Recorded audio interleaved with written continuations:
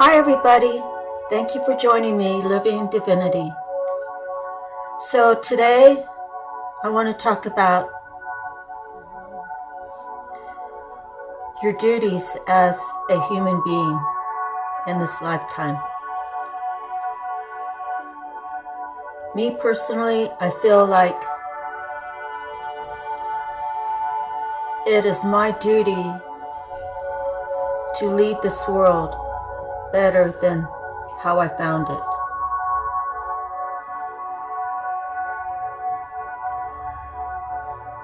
How do I do that? By God, this platform, He's given me the opportunity to speak to all of you out there around the world, to never give up hope or faith, never give up on love. The funny thing is, I've detached myself from people that I really love. So a particular family, which happens to be cousins of mine, well, I see their discretions that they're trying to hide, and I stand in my truth. The family members within that individual family, they're always backbiting each other. So it's a vicious cycle, and I stepped away after speaking my truth. And through that, somehow the ones that were backbiting each other became closer. I guess at my expense. But that's okay with me, because families, especially individual families, they should really embrace each other. They should really love each other. They should just try to be there for each other. And so you all know, I'm speaking of my truth. My first marriage, I had a daughter. There came a time when things got really crazy and out of whack. And at the time I was basically speaking to mainly one sister. Let's call her Sarah. So my husband at the time, my daughter's father, he had to be his way or the highway. Now, from the beginning, he cheated on me. So, God only knows why I stayed with him for 19 years. In any event, around when my daughter was about 2 years old, he came home drunk.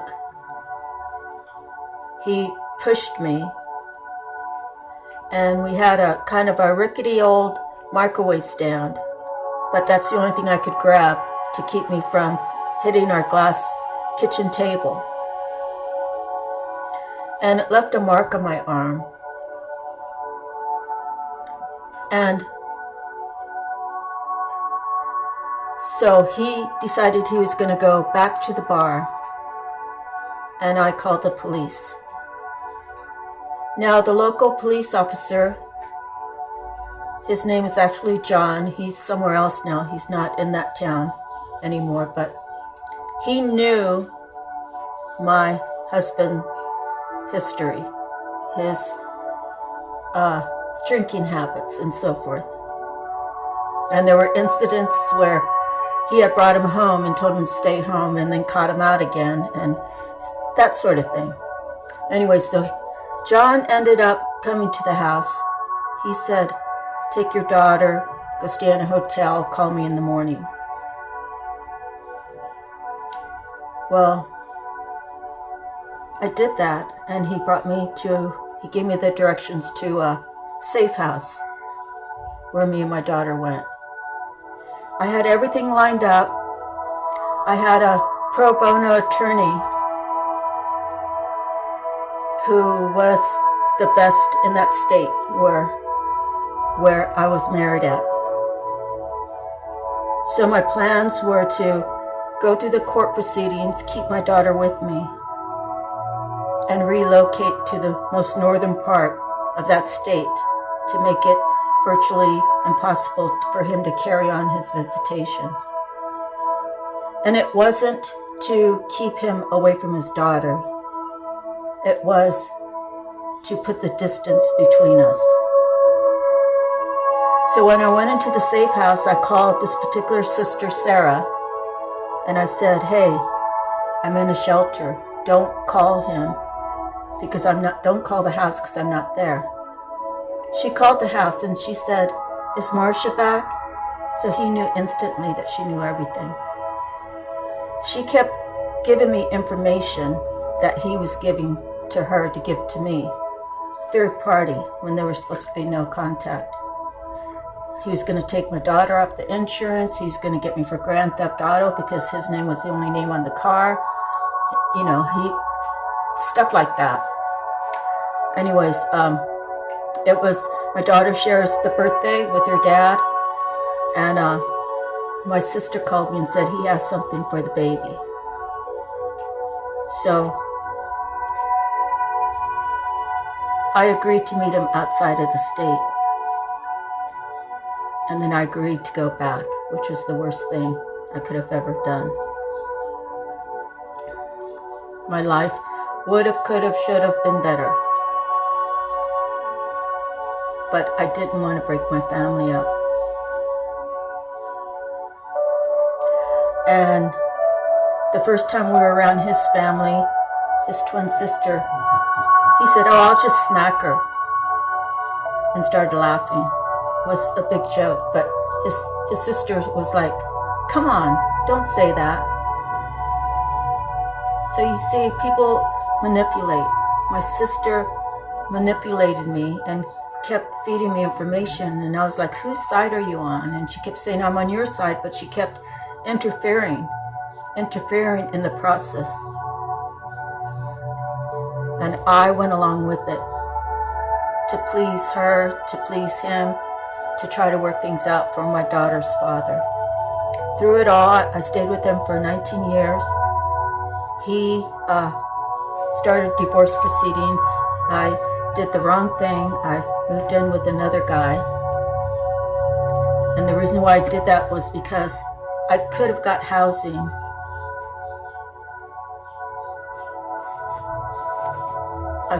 I could have, tried to leave him again. I could have got housing, but he said he would make my life a living hell. So I didn't feel safe getting my own apartment. I just didn't feel safe. But through those choices, I got visitation with my daughter. And the manipulation he put upon the situation was the most horrific thing probably I've ever been through. I told him that she needed to see a therapist. So he was coaxing my daughter to tell lies about me. And when I found out who the therapist was, I called her, and she refused. She refused to allow me to come. She said it was a conflict of interest because she was speaking to my daughter's father. When court came,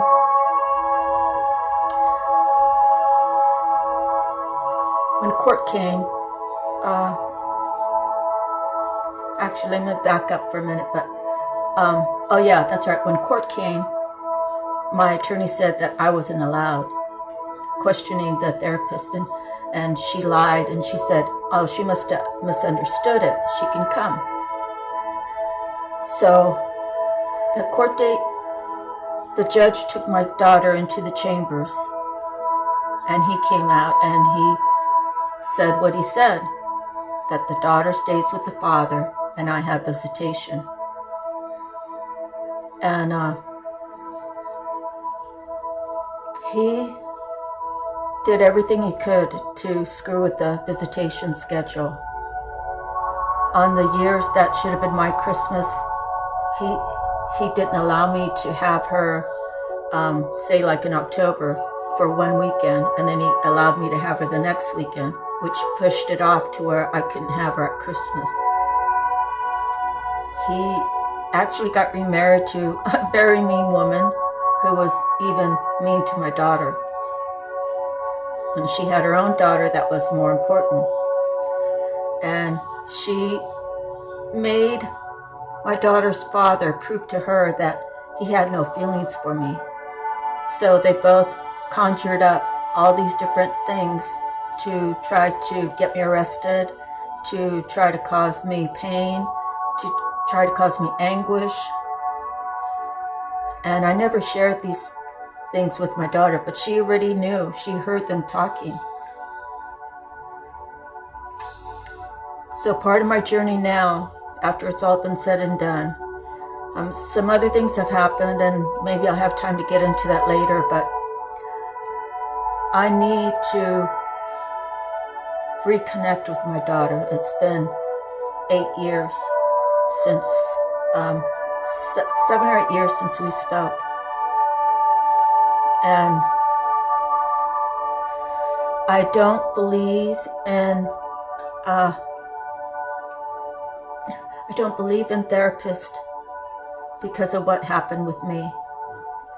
Backing up a little bit, once court went through, I started showing up, and the therapist was very, very cold to me.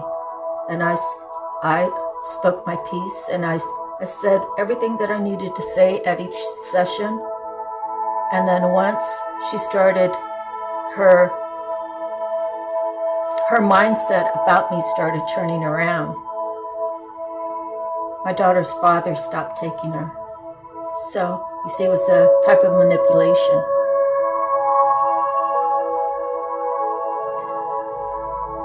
And then an important note is regarding the divorce. When the judge came out, he said, well, your daughter said you're always late, you never feed her, all these random weird things that weren't really true. So, and my daughter was about 6 at the time, and it happened that the court was on Friday, and I picked her up for my visitation. And when I picked her up, I said, Emily, why did you tell the judge that stuff? That was late all the time and I never fed you. And she said, because Dad told me. He told me that if he didn't hear the judge say that, when I got home, I was going to be in big, big trouble. Of course, I couldn't scold her. I just told her, I said, Emily, you know what math is. So, I told her, I said, the next time we go to court, you need to say, I'm saying this, and say whatever it is that your daddy tells you, and then say, my daddy told me. But she was afraid. Those words were never been able to be spoken. In the end, I actually had my daughter for her senior year in Hawaii, and the years that she was still with her dad while I lived in Hawaii, I didn't pay any child support because I just didn't think he deserved it. Now you might say it doesn't matter what you think, it's used for the daughter and you should have given. All the lies and deceit came out in the end. He actually had a very good job that covered 90% or almost 100% of dental work. He charged me $1,500 for her braces when his insurance paid for almost everything. But he took it to court, and they didn't do any research. They just took it for what he said, and they charged me $1,500. And I said nothing. My daughter already told me that Dad was going to do that. And I didn't want to fight with him because it would cause more for my daughter to endure when she was home with her father. So I did nothing about it. But at the end, like I said, her senior year, she went to actually Roosevelt High School in Hawaii, and she got to do the whole Aloha graduation, which is, you know, it's a beautiful ceremony. It's unlike any other ceremony in any other state. So she got to enjoy that. And after she went off to Vegas to be on her journey, supposed to be going to college, I got a letter saying that he wanted, you know, the judge was petitioning me to pay back all the years. So I had to go to the school and get a copy of her transcript. And I called the judge's office or whoever. And I said, she went to school the last year with me. How can he be asking for the whole time? So I sent him the transcript saying she went to Roosevelt High School. And then the hearing came. I had mentioned to the lady on the phone that by law, I was required 22% was my responsibility because he made so much more money than me. But they didn't document that anywhere. But I did say, those numbers have been stuck in my mind forever. Every raise I ever got, he petitioned for more money. He never claimed whatever. I don't know how the whole system works, but everything was to hurt me. So the way it settled out was, originally I had owed him $6,000, and they couldn't do anything about the 78% because although it was stated in court, there was no record of it. So they took off like $2,400 or something like that. So I was still in balance of $4,000. But because he lied, the same judge that handled my divorce with him and the whole child rearing, who's going to get her, saw that, wow, he really must have lied more than just what this one thing was. And he said, there will never be another hearing about this. It's dead. So, by God's grace, me standing in my truth, I was vindicated. So actually, after that judge retired, there was a new judge. So I got a new petition. And that judge replied, status quo. So I actually had the Department of Justice after me. And they said, well, you still got to pay. And I said, I think you should go back to the judge's office and ask them. I said, you can call me, I'll answer. But the judge said, it's dead. There will never be another hearing about it. And when I made that statement to the Department of Justice, God had my back, because I've never heard any more about it. It's cleared off my record. It's expunged. But getting back to leaving the world better than how I found it, I had lost so much with my daughter. Now it's my responsibility to rekindle a better relationship with my daughter, a new beginning. She has to know that throughout the years I've thought about her. Throughout the years I've always wanted her. Throughout the years I had to let her go for her so she can find herself and I can rebuild myself. And I can come to her as a better mom, as someone with more compassion and more love and more understanding. My goal is to have my daughter back in my life. Not really for me, for her. She's an only child. I have to get back to her so we can build some memories, some good memories. And so when God calls me, she can know in her heart that I've done the best that I could in this lifetime, and I've made so many good changes that she could be proud to say, this is my mom. It's not about what anybody else thinks. This relationship is between me and my daughter. And I want God to be a part of it. The best thing about my daughter is I knew when she was little that she was going to be somebody. I really hoped and dreamed that she would go to college, but her dad decided to spend the money somewhere else. Her dad chose to take the money out of his Roth IRA and spend it somewhere else. He put her second, like he had always put me.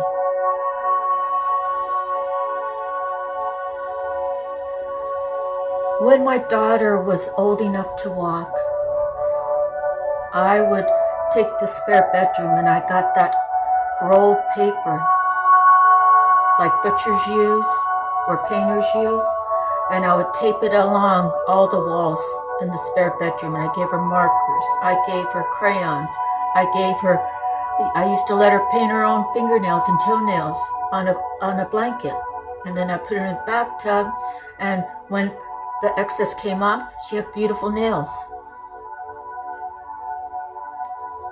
She is truly artistic. She is truly, her senior year, she made Christmas cards for an art project, and the teacher said, hey, do you mind if I take a picture of these cards? I want to use them for reference for next year in case I want to make my family cards. I could have yours as a reference. That's how talented my daughter is. She can do origamis. I bought her origami book. She didn't even know how to read.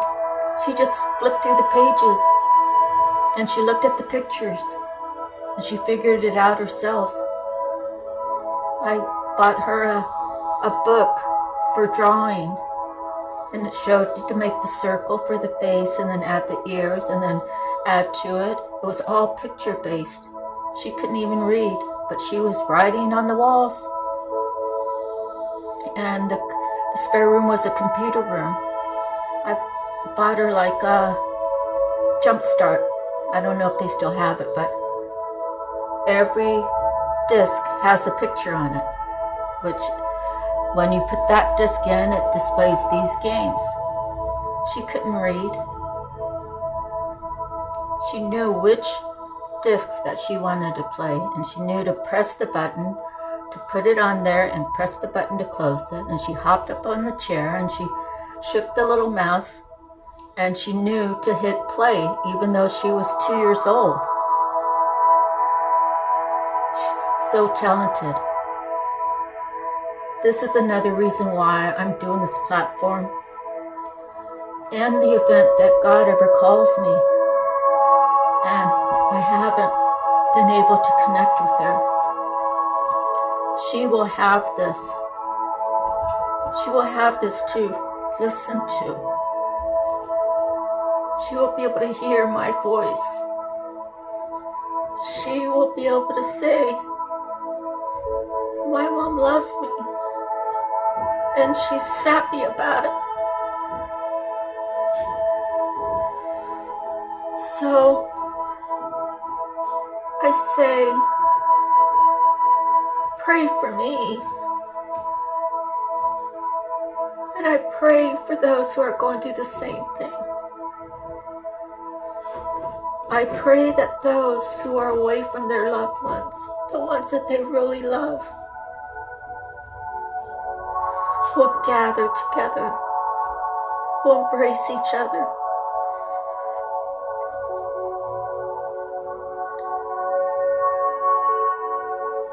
Energetically, I know my daughter thinks about me. I know that she can feel my love because we are energetically connected. So if I happen to leave this world tomorrow, through this platform will be a testimony that who I used to be, what I used to do, how things were, is me of the past.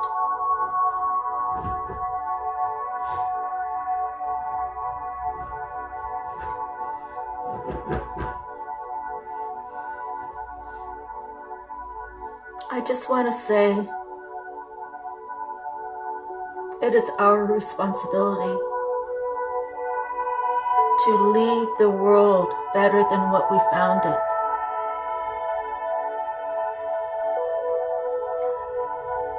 Humanity, love, peace, tranquility, beautification, harmony.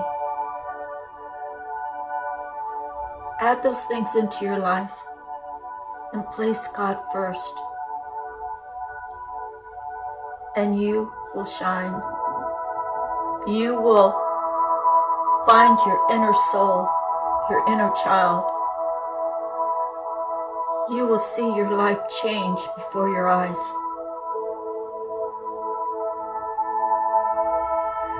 I'm just somebody here talking to you.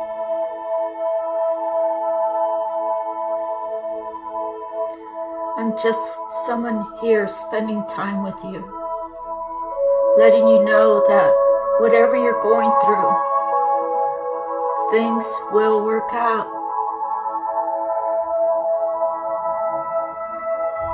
Since I've been praying, since I've been talking to God, God has changed my life. I don't need to go to church. I guess I could if I chose to. But honestly, I'm better meditating by myself. I'm better for me to speak to God at my own level.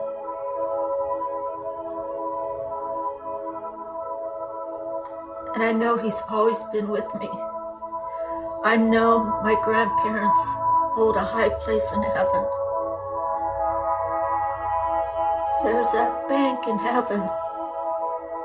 And my grandparents, in their lifetime, they overfilled it. And they kept doing their work. They did the work till they could no longer do it.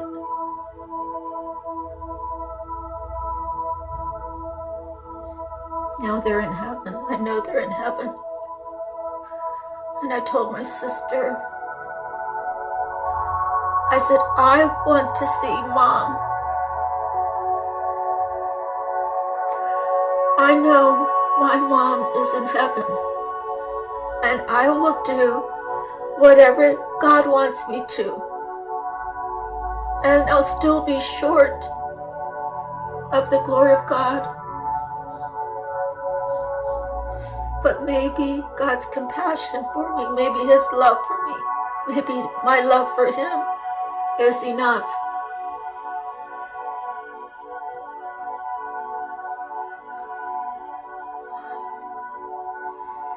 People call me and they say, am I lonely?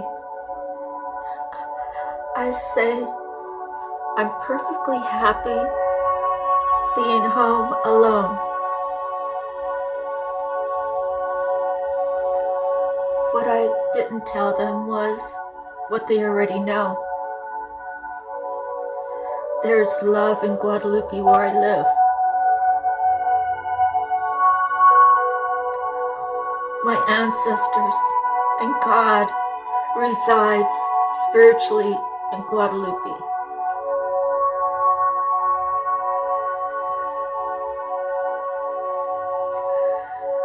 If you chose to come out to Guadalupe, California, you can choose to feel it or not feel it. But I'm here to tell you, Guadalupe has God all over it.